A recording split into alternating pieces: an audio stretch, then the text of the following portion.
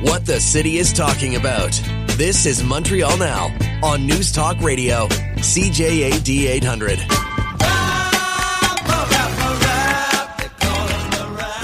That is James Mennie. He is over at the Montreal Gazette. So, Jim, the story, of course, on tariffs is changing literally several times a day. We know there was a conversation, I'm guessing it's over by now, between Justin Trudeau and Donald Trump. We'll have an idea from the Prime Minister at 5 o'clock of what was said in that. Until then, I've not heard anything, unless you have? No, Okay. not at all. And as you say, it's literally a minute-by-minute story. Yeah. And you know what? You can't even speculate. Because when you're dealing with, Mr. Crazy Pants down in the White House, you can't say, well, based on what I'm hearing, I think it's going to go ABC. No, it isn't. There is no way to predict this. And it's like, one of the best descriptions I ever heard of Donald Trump, I heard years ago, is that Donald Trump is what a poor person thinks a rich person looks like. And you can apply that to other things as well. Donald Trump is what someone with absolutely no knowledge of finance or business thinks a brilliant financier looks like. The fact of the matter is, and we have to say this out loud, the guy has no clue what he's talking about. Mexico today, as far as I'm concerned, he didn't have a come-to-Jesus moment. And as I told you 2 weeks ago, his handlers, his owners, metaphorically speaking, went up to him and put a gun in his mouth and said, you make this right because we don't like the way where this is going, certainly in terms of the markets and in terms of the economy. You're just going to be blowing everything up, and it's not going to be worth it. So on the one hand, he may offer the same shiny thing to Trudeau and say, I'll give you a month's reprieve. But all that said, if there's one thing we've learned over the past few days, it's that Donald Trump's word is absolutely useless. It's worthless. He can say whatever he wants. Don't believe him because he quite literally will change it within the next 2 to 3 days. But I got to tell you, Aaron, in all of this, and I don't want this to get lost in the shuffle, there are two people I really feel sorry for right now. My two favorite politicians, yes, Pierre Poilievre and Justin Trudeau.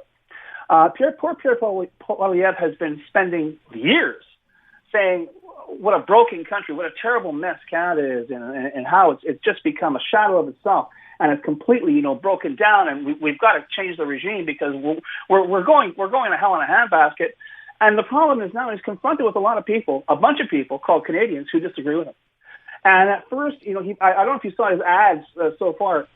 He has one saying that we should eliminate interprovincial trade barriers, as if it's his idea, as if we haven't been talking about this for the past week, and as if anybody doesn't think that's a good idea. And his latest one, as far as I can tell, he's sort of like almost hysterically calling for increased presence at the border, drones, you name it. In other words, give Mr. Trump what he wants because this is not going to end well. And I can understand how panicked he is because let's face it, Aaron, when your entire political career is based on 3-word slogans, it's really tough to find a word that rhymes with tariffs. So that's not going to be easy for Pierre Poilievre to campaign on. But the other guy who's having his nose rubbed in it is Justin Trudeau. Because Justin Trudeau, who very smugly years ago, and has always maintained that Canada is a post-national state, that we're not really a country where there's no mainstream, has discovered in the past few days that there is one hell of a mainstream. And he's had to learn very quickly how to learn to speak mainstream. And I have to tell you, Aaron, it doesn't matter, I think, what happens this afternoon, whether Trump says we'll give you a reprieve, whether Trump says we'll stay the course. I think the process that has begun in this country in reaction to what Trump has done is something that is long overdue, something that in the long run is going to leave us stronger and perhaps, how can I put it, more robust. A lot of people are using that word, more robust as a country. But above and beyond everything else has finally, I think, shown that it doesn't take that much for all of us. And, if you want to say, in Canada, oh, yes, and Quebec, and all of Canada, to realize that we do have an identity, we do have a collective will, and someone like Donald Trump messes around with that at his peril. So I wonder in the case of Poilievre, the idea now, and I saw part of a video today where he basically is calling on, on Trudeau to basically bring Parliament back, right? Yeah. And the proroguing, as if somehow that has to happen for this to move forward. So he's kind of left in a bit of limbo, Jim, isn't he? Exactly. He's not just late to the party. He's lost the address where the party is being held. Yeah. So it's the idea right now is whereas he was front and center in political discourse, the prime minister in waiting, the king of the polls, and quite frankly, if these polls remain the same, and I'd love to see the latest polls being conducted in the midst of all this, I would say that a lot of people will find those polls very suspicious. But the fact is, the landscape, the Canadian, sealed off at the border, the exclusively Canadian political landscape has fundamentally changed thanks to Donald Trump. And it may change again and again, once again, thanks to Donald Trump. But, who knew we'd see Francois Legault, whether he likes it or not, working hand in glove with the rest of the country. And actually realizing that, we have got to change how we do business. That was a great quote I heard on the newscast just before we came in. It's not a matter of buying Canadian. That's good. But what's even better is not buying American. And, when you consider that any investment counselor is going to tell you to diversify, what we have done in this country in terms of trade has been the exact opposite. Perhaps it's time we broadened our horizons. I would ask, because this is going to be the question I'm going to pose when we get done. So a lot of people wondered whether Canada would in fact retaliate. I mean, we had threatened to, right? And then it seemed to me that message, once we said it, Jim, changed when whoever in Trump's office said, you know what, if Canada chooses to retaliate, these tariffs against Canada will get even worse. And then I thought, well, maybe that's enough to get Canada to back off. Did we do the right thing in your opinion? I think we've done the right thing, and I would respectfully submit that if there's an escalation in from Trump's office on measures against this country, we've made it clear it's going to be a dollar for dollar response. So there you go. Listen, don't forget, you've got to in a negotiation. I know Donald Trump is supposedly the art of the deal. He's an idiot. He has no idea about deal making. But you've got to hold out a glimmer of hope in any deal. If Donald Trump turns around and says it's my way or the highway, I got news for you. And it may cost us billions. Who knows? But Donald Trump and company are going to be drop-kicked out of this country. And if he wants to invade, let him invade. But I think right now, even if he is still in his playpen, whapping at shiny things, the people around him are realizing the entire world is watching this.